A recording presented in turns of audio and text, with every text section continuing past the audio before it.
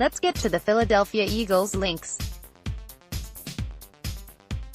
The 100 QBs, coaches, issues and decision-makers shaping the NFL, ESPN 12, Carson Wentz, imagine being as good as Wentz is and living in the shadow of your backup. Nick Foles' legacy in Philadelphia is locked in if he never throws another pass as an Eagle.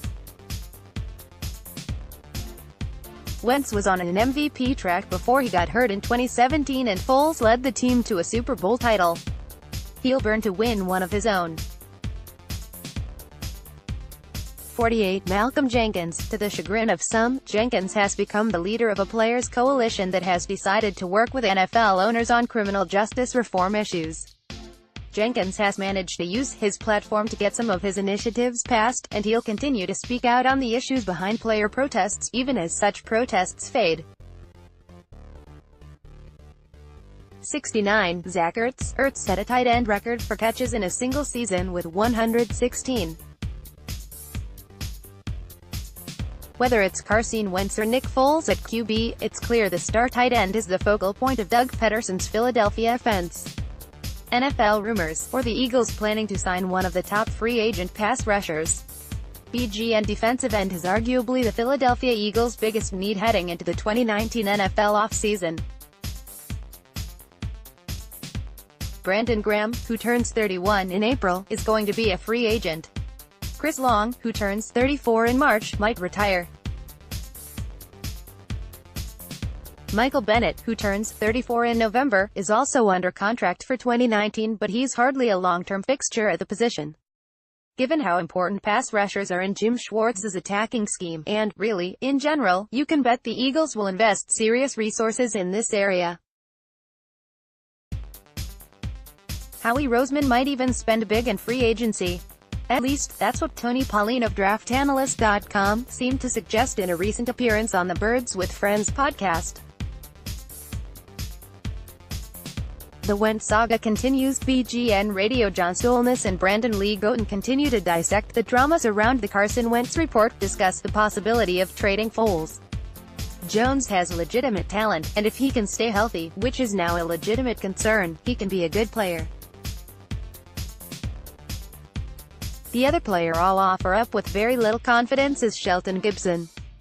Wide receivers can take a year or two to get their sea legs in the NFL, so maybe the third year is a charm for him. Again, I'm personally not holding out much hope there. How's the injured reserve list factor into 2019 plans? Pay.com. What a downer of a season for wide receiver Mack Hollins, who was expected to be a key role player in the Eagles' offense and a core member of the special teams unit. Hollins had a groin injury that just never came around enough for him to get on the field. So, what's next? Where is he in his recovery? What can the Eagles expect from Hollins, who showed strong hands, good speed, some big playability, and good skills on special teams as a rookie? The Eagles could use a healthy Hollins in a lot of ways next season. Potential 2019 NFL roster bubbles, spot to see what a turn of events, again. While it's not likely the Eagles pick up this hefty option, it's still very possible the two sides hammer out an extension of some sort, though Nick Foles may be ready to test the market for a true starting role and payday. Philly Voice's sports editor discussed the Carson Wentz article with Mike Missanelli, crossing broad around the time of the Cowboys' loss, which I believe was week 13 or 14. Joe Santoliquito, who covers the Eagles for us, he's in the locker room a few times a week. He wanted to write a story about Mike Groh. He wanted to write a story that looked into why the offense had been worse since Mike Groh was here. I said, okay, go ahead. So he was talking to players in the Eagles locker room and he came back to me and said that some of the players he talked to said that Groh wasn't the problem, but that. I said, that's really interesting. What do you have on it? He showed it to me. He played it for me, and I said, great. Will anybody go on the record? Obviously nobody wanted to. So yeah, I said let's put it in the back pocket, keep talking about it, and let me know what you hear. As the season went along, he kept looking into it, and we added to our list of sources, and eventually he created a body of work towards the end of the season that was very, very interesting, and it was something I thought made a really good story, but we didn't have anybody on the record, and it was tough to get anybody on the record. Eagles mailbag, top needs, Golden Tate, missing Super Bowl team, NBCSP. I agree with you that McLeod's cap hit is too high for this upcoming season, especially as he comes off an ACL tear. His hit is over $9.3 million, and the Eagles could save over $5 million cap space by cutting him. I think it would be beneficial for both sides to find some common ground and work on a cheaper deal.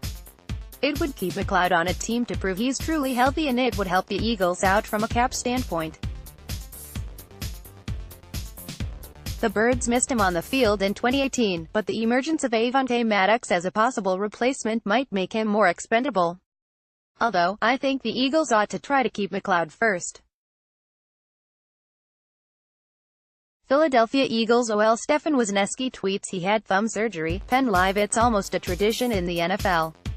After the season ends, players reveal the ailments they were playing through during the season, injuries that would sideline a mere mortal, and undergo postseason surgeries. Philadelphia Eagles offensive lineman Stefan Wisniewski is among that group. The veteran tweeted Friday that he had successful thumb surgery last week to repair a torn ligament. On the bright side, Wisniewski tweeted that part of the rehab is playing video games. In a photo posted to Twitter, he has a cast on his left hand. You can't coach size. 9 players who made an impression at Senior Bowl practices. The ringer Montez Sweat, Mississippi State.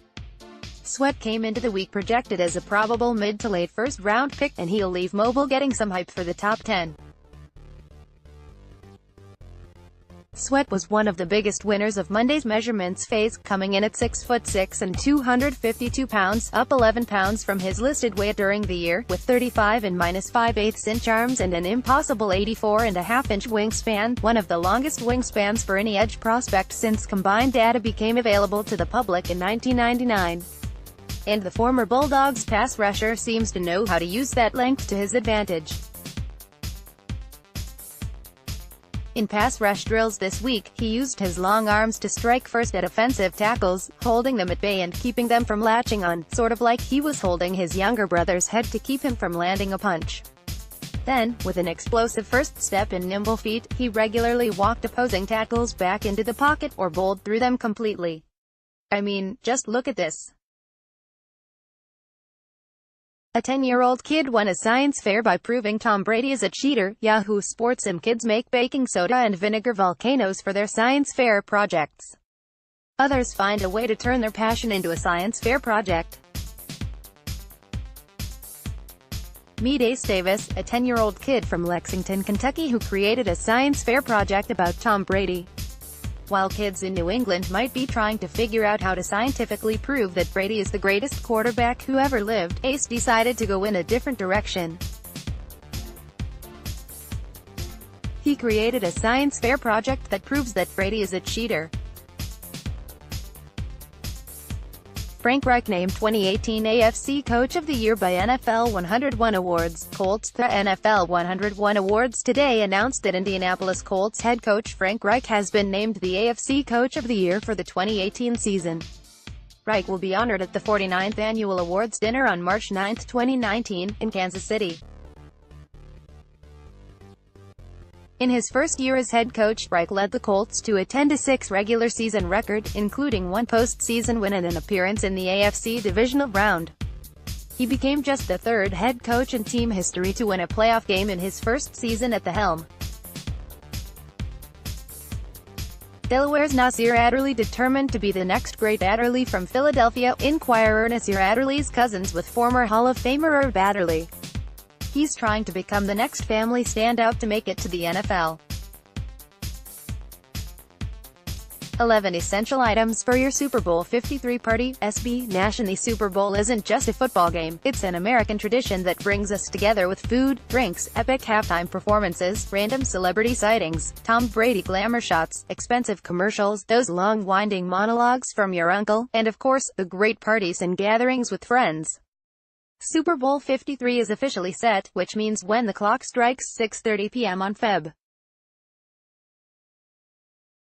2019, almost 100 million Americans will be partaking in some form of a Super Bowl celebration.